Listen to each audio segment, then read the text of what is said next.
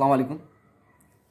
সরকারি কর্মচারীদের নিয়ন্ত্রণ করা এবং তাদের সঠিকভাবে পরিচালনা করা এবং যে অবস্থানে আছেন তাদের কাজগুলো সঠিকভাবে করা, জনগণের সেবক হিসেবে কাজ করা, এই জিনিসটা আমাদের 2025 সালে একটি বড় চ্যালেঞ্জ।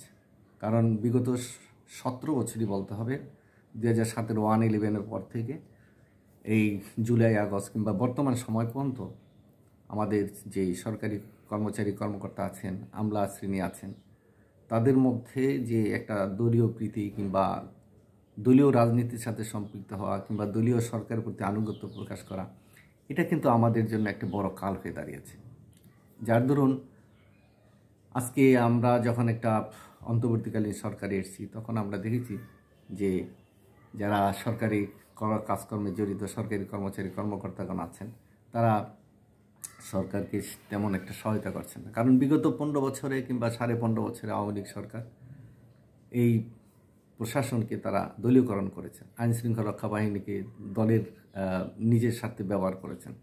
যার দরুন এই আইনশৃঙ্খলা রক্ষা বাহিনীও দেখা যাচ্ছে যে তারা একটা ইমেজ সংকটে ভুগছে। সেই ইমেজটাকে ফিরিয়ে আনা এবং জনগণের মধ্যেও আস্থা সৃষ্টি করা যে না, তারা দেশের আইনশৃঙ্খলা রক্ষা করবে এবং তারা ন্যায়সঙ্গতভাবে কাজ করবে, তাই জনগণ তাদেরকে সমর্থন দিবে। আর জনগণের পাশেও এই আইনশৃঙ্খলা রক্ষা বাহিনী দাঁড়াবে কিংবা সরকারি কর্মচারীরা দাঁড়াবে।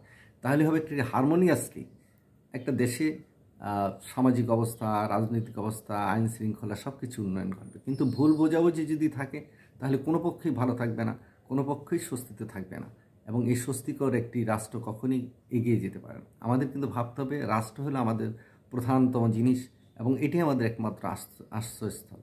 এই দেশটির জন্য আমরা অনেক রক্ত দিয়েছি, 9 মাস যুদ্ধ করেছি। তাই এদেশে যারা জনগণের সেবক, তারা যেন সেবক হিসেবে কাজ করতে পারে, আর যারা সাধারণ মানুষ আছে তারাও যাতে সুশৃঙ্খলভাবে চলতে পারে, ন্যায়নিষ্ঠভাবে চলতে পারে, নীতিবোধ নিয়ে চলতে পারে এবং মানবিকতার উন্নয়ন করতে পারে। আমাদের যে মূল্যবোধের অবক্ষয় ঘটেছে, সেই জায়গা থেকে আমরা যদি বের হয়ে আসতে না পারি, তাহলে দেখা যাবে যে আমরা আসলে স্বাধীনতা সার্বভৌমত্ব রক্ষা করতে পারবো না, আমরা আসলে ভালো থাকতে পারবো না। আমাদের ভালো থাকাটা কিন্তু নির্ভর করে আমাদের ন্যায় নীতির উপরে, আমাদের মূল্যবোধের উপরে। কিন্তু সেই মূল্যবোধটা যেমন সরকারি কর্মচারীদের মধ্যে থাকতে হবে, সাধারণ মানুষের মধ্যে থাকতে হবে, ব্যবসায়ীদের মধ্যে থাকতে হবে এবং যারা রাজনীতি করেন তাদের মধ্যেও থাকতে হবে। কারণ এখানে সব কিছু মিলিয়েই কিন্তু একটা ঐক্যতান সৃষ্টি হবে।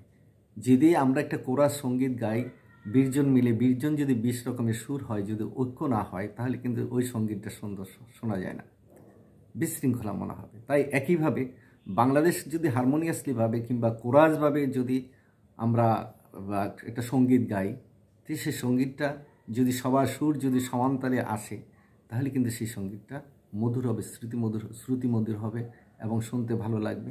আর যারা গাইবে তাদেরও কিন্তু শান্তি লাগবে যে আমাদের এই গাওয়া গান সবাই গ্রহণ করেছে, তাই আমরা সাকসেস।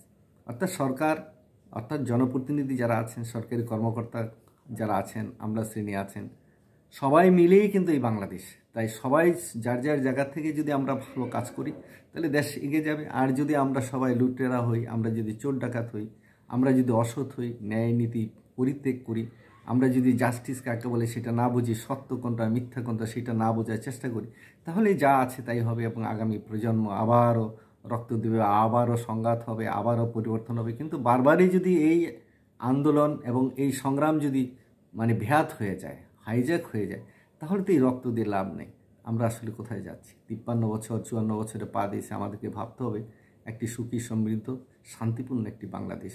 সেই জন্য সরকারি কর্মচারী কিংবা আইনশৃঙ্খলা রক্ষা বাহিনী বলেন, সেনাবাহিনী বলেন, যার যেখানে যে অবস্থান আছে, ভাবতে হবে জনগণের টাকা দিয়ে আমরা বেতন ভাতা দিয়ে পাচ্ছি, তাই জনগণের সেবা করা। তার উপরে আপনিও একজন নাগরিক। যে সরকারি কর্মচারী, সেনাবাহিনী হোক, আইনশৃঙ্খলা রক্ষা বাহিনী, আমলা হোক, তারা কিন্তু এই দেশের সন্তান, তাদের সন্তানরাও কিন্তু ভবিষ্যতে এই দেশেই থেকে যাবে। তাই এই দেশটাকে কিভাবে সুন্দর করা যায়, সুখী সমৃদ্ধ করা যায়, এটা মাথায় রেখে আমাদের সবাইকে সৎভাবে ন্যায়নীতি মেনে আমাদের জনগণের সেবা করতে হবে, জনগণকে উদ্বুদ্ধ করতে হবে এবং জনগণকে জাগরিত করতে হবে। এবং সেটা শিল্প কারখানায়, জমি জামায়, নদী নালায়, যেখানে কাজ করে সেখানেই যাতে সুন্দর একটি পরিবেশ নিশ্চিত করা যায়, আইনশৃঙ্খলা রক্ষা, যারা মাস্তান, চোর ডাকাত তাদের যাতে আইনে সঠিকভাবে বিচার করা হয় সেটা নিশ্চিত করতে পারলেই বাংলাদেশটা জেগে উঠবে, নতুবা আন্দোলন সংগ্রাম বারবারই ব্যর্থ হবে। ধন্যবাদ, সবাই ভালো থাকবেন।